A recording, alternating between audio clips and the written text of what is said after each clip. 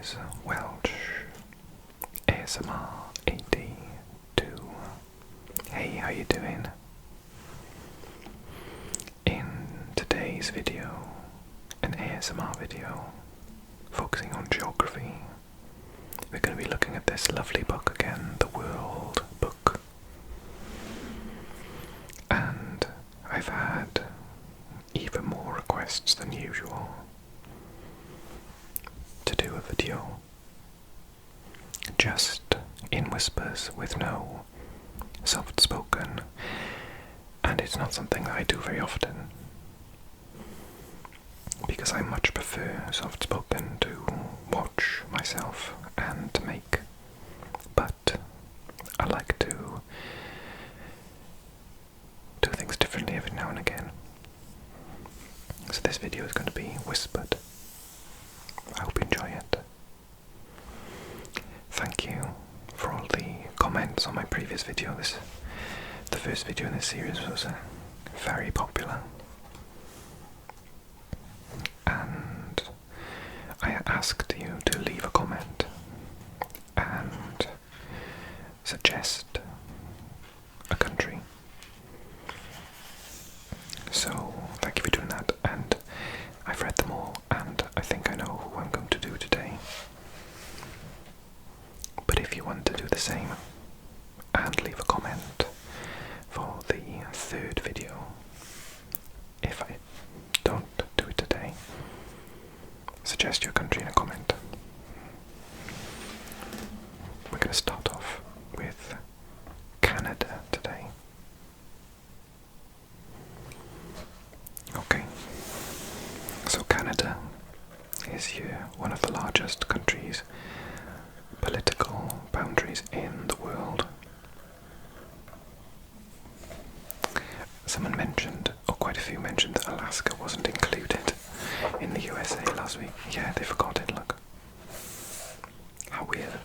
Naughty, naughty. And Hawaii, by the looks of it. Anyway, Canada. This is the Canadian flag.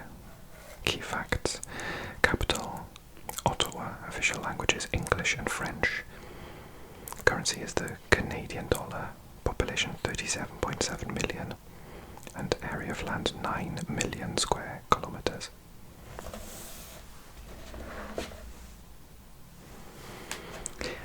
Canada. Most people in this vast country, the world's second largest, live in a thin band of territory in the south where the climate is at its mildest. The nation's middle reaches are covered in great stretches of forest, while the north contains icy expanses of tundra where only the hardiest creatures and people survive. Wrap up warm. It gets cold in Canada. Temperatures in its larger cities, Toronto and Montreal, can drop to below 20 degrees Celsius in winter, although it's usually much warmer in summer, averaging around 27 degrees in July. But that's nothing compared to Eureka, a small research settlement in Nunavut in the far north, where temperatures have been known to hit minus 55 degrees Celsius. 5 Canadian winter sports: ice hockey, the official winter sport, dog sledding, snowmobile racing, snow kiting, and ice sailing. Canada's coastline is the world's longest, stretching for 243,000 kilometers, or around 19 times the diameter of the Earth. Lakes, lakes, lakes. Canada has 50% of all the world's natural lakes. In total, about 9% of Canada's territory is lakes, an appropriately high total for the country that invented the kayak. Monster mysteries. Some people think that Canada's lakes may be home to something a bit larger than fish. Over the years, many legends have sprung up about mysterious dinosaur-like creatures lurking in their depths, including Opopogo in Okanagan Lake, Caddy in Cadbury Bay, and Mussy of Muskrat Lake. Of course, there's no proof that any of them exist, although that doesn't mean they're not there. They could be just really good at hiding.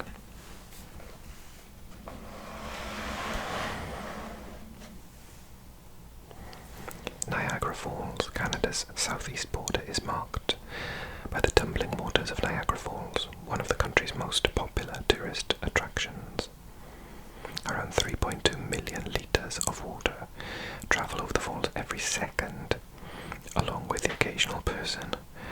Ever since a 63-year-old teacher called Annie Edson Taylor did it for the first time in 1901, several people have gone over the falls inside a wooden barrel. Ouch.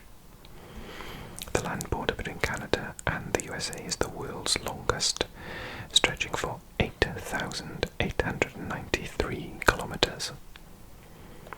Maple trees are common throughout the country, and the production of maple syrup made from the sap of maple trees is an important industry, and delicious. Inuit ingenuity.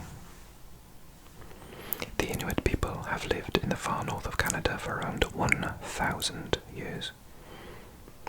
They adapted well to the frozen terrain, fishing and hunting marine mammals, such as seals and whales, travelling in dog-pulled sleds, and making shelters called igloos out of snow.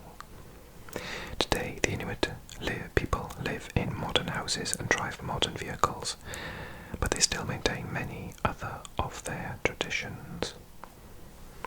Animals to spot in Canada, from big to small: humpback whales, narwhals, polar bears, brown bears, black bears, moose, caribou, pumas really, grey wolves, wolverine, beavers, their national animal, puffins, and pikas.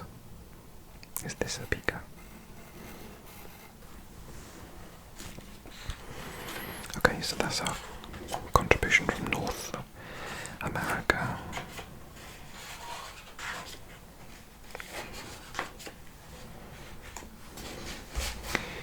I've had a few comments for South America. I'm gonna go with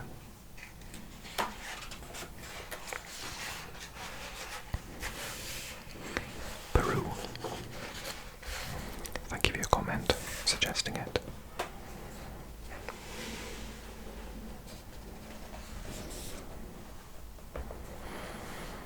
Okay, so this is South America. Here you'll see Brazil, and this is Peru on the coast. This is its flag. Key facts: capital Lima, official languages Spanish, Quechua and Aymara. Currency is the sol. Population 31.9 million. Area 1.2 million square kilometers. It's a very large country. Peru, or in Spanish Peru. Peru is so jam-packed with wonders, it's difficult to know where to start. There are the Andes Mountains, the Amazon rainforest that covers around half of the country, coastal deserts, incredible remains of ancient civilizations, and much more. Incan influence. Peru is a country with a deep connection to its past. It's where the great Incan state, the largest empire in the Americas prior to the arrival of Europeans, was centered.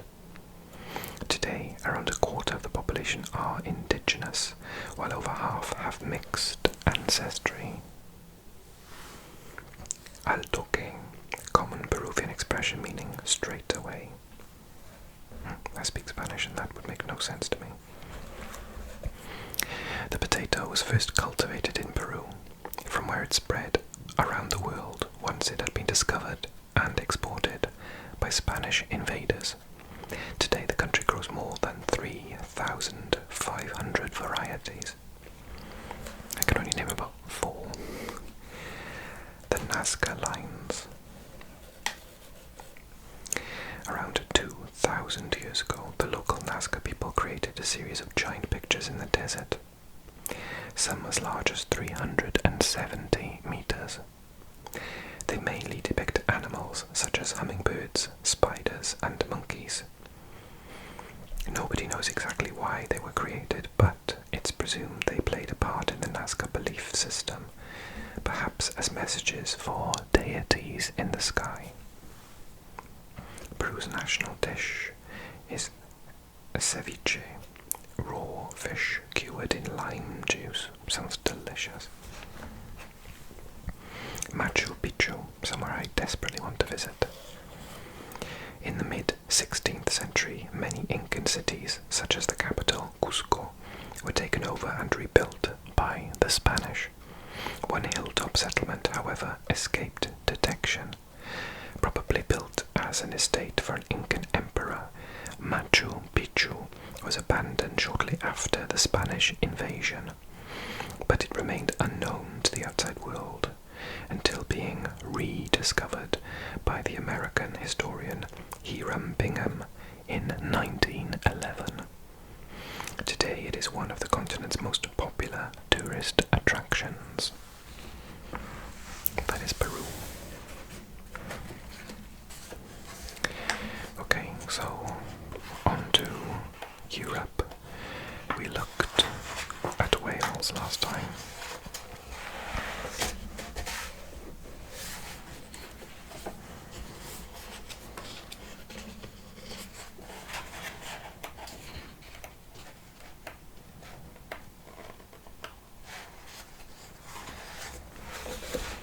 I've had a couple of suggestions, but I got quite a few asking for Russia. So let's look at Russia.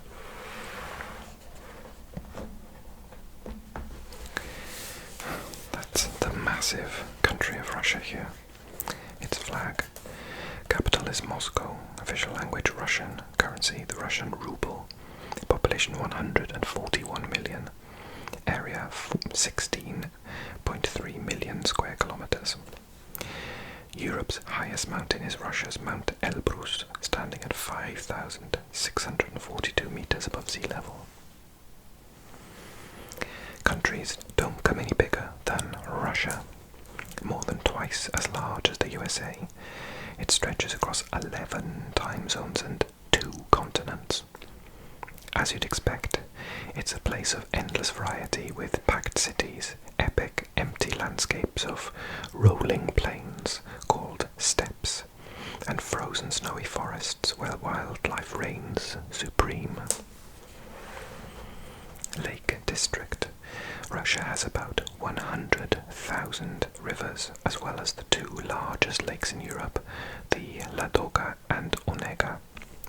But even these are dwarfed by Lake Baikal on the Asian side, the world's largest freshwater lake and the deepest lake of any kind.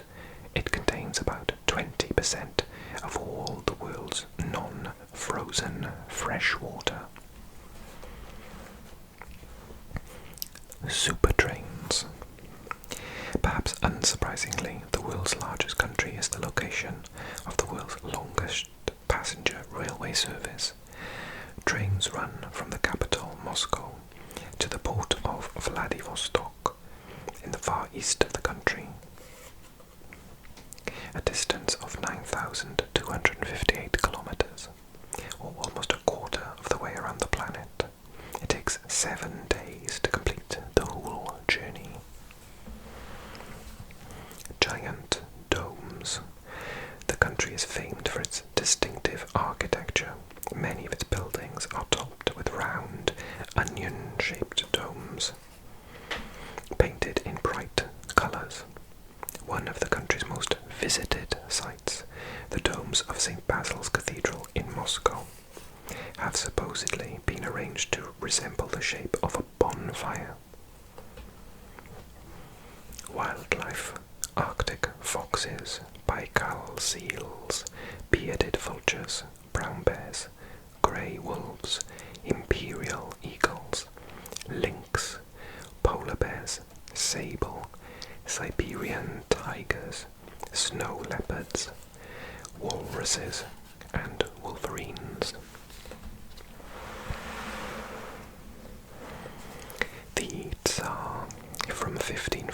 1947 to 1917, Russia was ruled by a powerful figure known as the Tsar.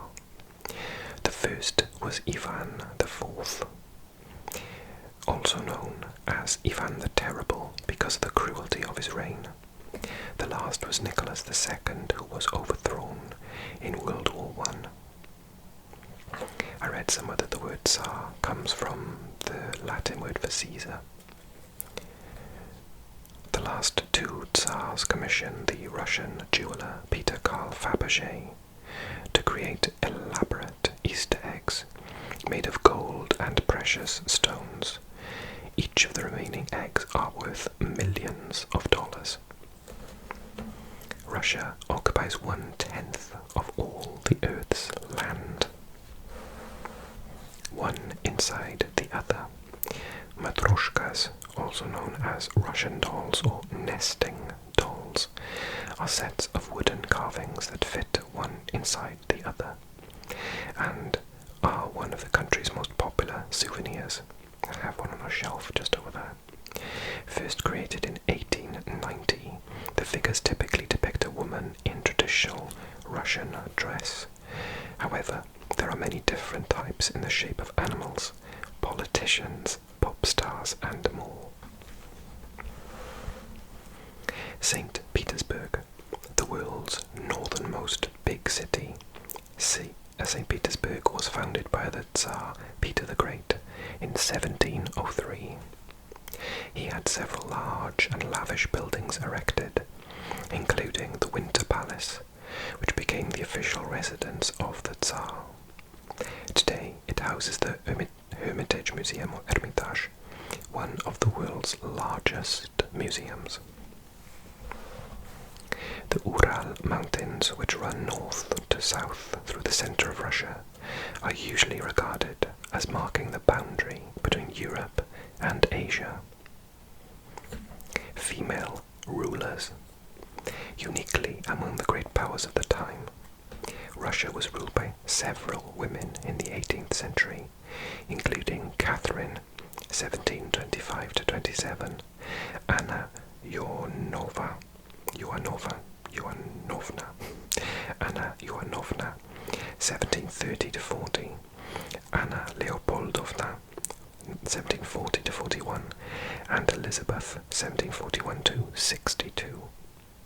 The final ruler in this line was Empress Catherine II, 1762 to 96, also known as Catherine the Great, who oversaw a great flourishing of arts and science. The village of Oymyakon is the coldest permanently inhabited place on Earth, where temperatures in winter can drop below minus 45 degrees Celsius.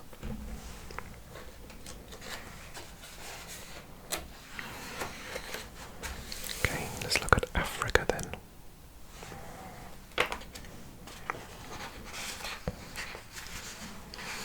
Okay, so I have a request from Africa. See if I can find it.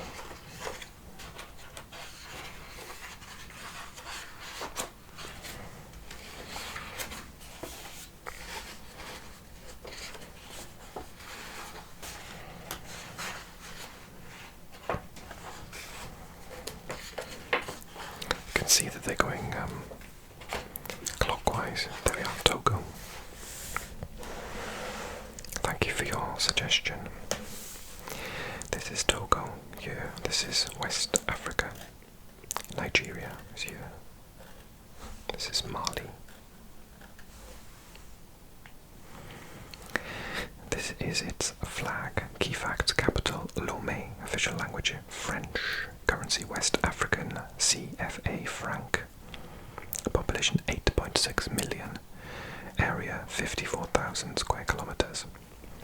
Togo has been ruled by the same family for over 50 years. One of the world's narrowest countries, Togo looks like a thin ribbon sandwiched between Ghana and Benin.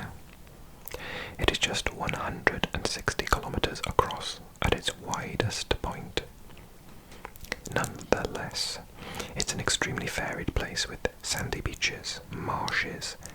mangroves, lagoons, yam, cassava and millet plantations, plus mud castles and voodoo markets.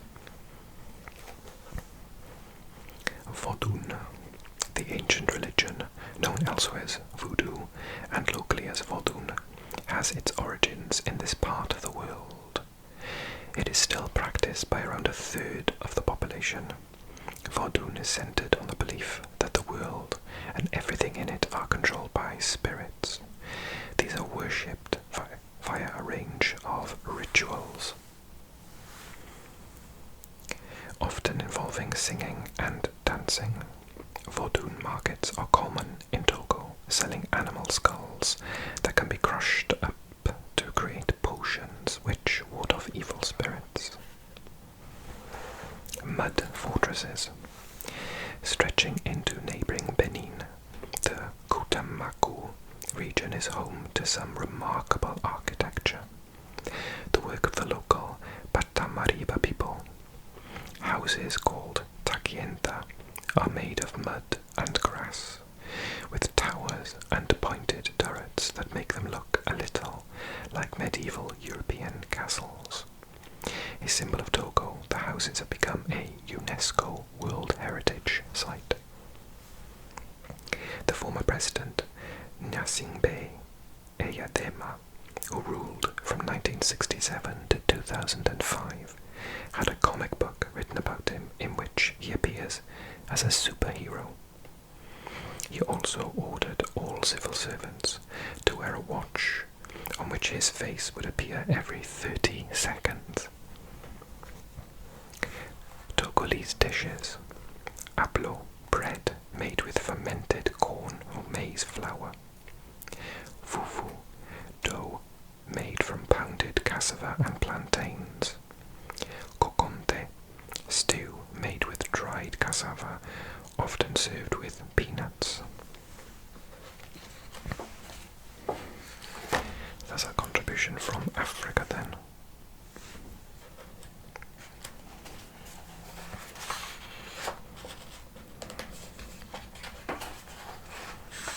Okay, now we're on to Asia, and I've got one that I've been asked for.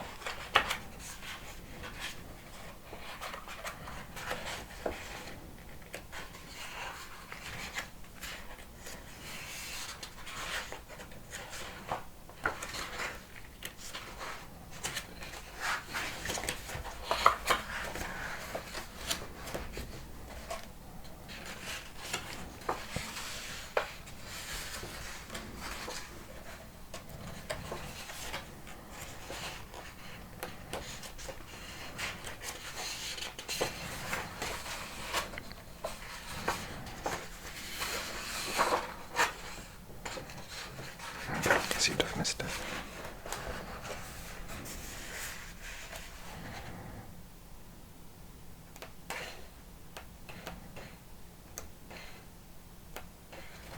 Because it's not in alphabetical order. I think it's around here. Yes. South Korea. One of my favourite countries on the planet, so I was happy when I got this as a comment. This is the South Korean flag. Key facts: capital Seoul, official language Korean, currency South Korean won, population 51.8 million, area 96,000 square kilometers. This is China. This is Japan. South below, North Korea. South Korea is a very different place. Open, modern and international. Much of its history remains intact in the form of ancient palaces and traditions. But these now sit alongside buzzing high-tech industries and the futuristic skyscrapers of its megacity capital, Seoul. Korean wave. In recent years, South Korea's K-pop, Korean pop music, has taken the world by storm. The most well-known K-pop group is BTS, an award-winning boy band who perform to screaming crowds songs can span a range of genres, and band members must both sing and dance. If it's catchy, it's K-pop. Female free divers. Try to imagine what it must be like to hold your breath for 3 minutes while diving tens of meters down into the ocean. This is what life is like for the Hanyo, the diving women of South Korea's Jeju Island. The female free diving tradition stretches back centuries, although today fewer than 5,000 divers remain. Hanyo dive without breathing equipment every day to catch seafood such as urchins, octopus and sea cucumber, while men look after the home and children. Divers have to spend years in training to be able to cope with extreme cold and water pressure. So other than K-pop, one thing I love about Korea is its food. Culinary Korea. Often warming and spicy, popular Korean dishes include bulgogi, thin slices of grilled meat, beef or pork, in a sweet and savoury marinade. Bibimbap, rice with meat and vegetables, usually topped with a fried egg. Kimchi, a tangy, bright orange-red pickle made with fermented vegetables. Had some in my fridge, I had some this morning. South Korea has the fattest internet. South Korea has the fastest internet speed in the world. That made me giggle. Techno fans, South Korea is home to some of the world's best-known technology firms, including Samsung, manufacturer of electronics including smartphones, Hyundai, manufacturer of automobiles including electric cars. And I think I don't remember getting any. Oh yes, New Zealand.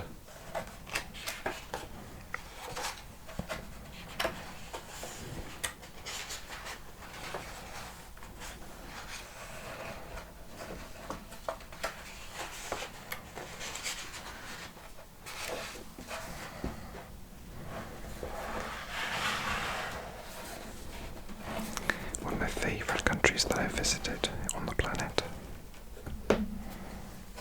Okay, here it is, next to Australia, miles away from Australia. Here's its flag. Capital Wellington, official language is English, Maori, and New Zealand Sign Language. Currency is the New Zealand dollar. Population 4.9 million, an area 264,000 square kilometres. Sat on its own, surrounded by ocean, over 2,000 kilometres from Australia. New Zealand was the last major territory to be inhabited by humans. It's made up of 2 main islands, named North and South, plus 600 smaller ones, which are home to vibrant cities and a collection of incredible natural wonders. Maori culture. New Zealand's first inhabitants, the Maori, arrived on the island around 1,000 years ago from eastern Polynesia. They formed a distinct culture that remains strong to this day, despite the many problems caused by the arrival of Europeans from the 17th century onwards. Today, around 16% of the population has Maori heritage. Their name for the country is Aotearoa, which means the land of the long white cloud. Aotearoa. A traditional Maori greeting called the hongi involves 2 people pressing their noses together. Sheep outnumber people in New Zealand by about 5 to 1. Adventure capital. Known as the adventure capital of the world, Queenstown on South Island is a thrill-seeker's paradise. Every year, visitors flock here to take part in a range of extreme activities. From skiing, rock climbing and abseiling to bungee jumping, skydiving and paragliding. In fact, the first commercial bungee jump company was established here in 1980. chance to leap off Shotover River's Kawarau Bridge. Glow in the dark. There's no need to bring a torch when visiting Waitomo Caves on North Island, as the walls are illuminated by thousands of glowworms that make them shine like a starry night sky. The caves were discovered in the 19th century and have been a popular tourist attraction ever since, with tourists taking boat rides through the glowing caverns.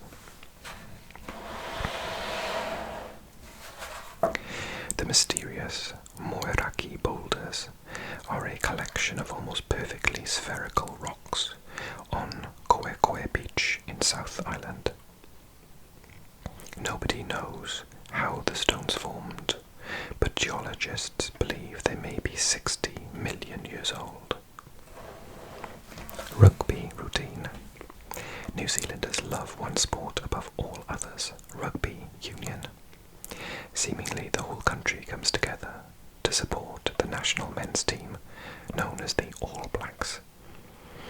The team is the most successful in the world, having won the Rugby World Cup 3 times, most recently in 2015. It's known for performing a traditional ceremonial Maori challenge called the haka before each game. This sees players undertake a sequence of warrior-like stances and movements, accompanied by chants, bulging eyes and sticking out tongues. Special creatures. Left isolated and alone for millions of years, New Zealand's animals were able to evolve in their own unique ways. There are no native mammals here, other than bats, and very few predators. As such, many of New Zealand's birds are flightless, including the takahe, the kakapo, a very rare ground-living parrot, and the national bird, the kiwi. Insects have also grown larger to take on roles usually occupied in other ecosystems by mammals, and none are as large as the giant weta, a rat-sized grasshopper that's one of the planet's heaviest insects. At 85 letters long, a hill near the town of Porangahau on North Island has the longest place name on the planet. See if you can say it. Taumata Waka Tangi Hanga Ko Awa Ota Matia Turibuka Kapiki Maunga Horon Uku Pokai Wenauki Tanatau. I give it a go. Okay, so leave me your comments. Tell me which North American, South American, or African, Asian, European, and Oceanian, is that a word? Australasian country you'd like to see in next week's video. Oh, not next month's video. And thank you for all your comments on the previous one. If you enjoyed the video, give it a like for me, subscribe to the channel, and if you love what I do and want to help me to get and acquire these wonderful resources for the channel, then support me directly on Patreon, and info is in the box below. Thank you so much for watching.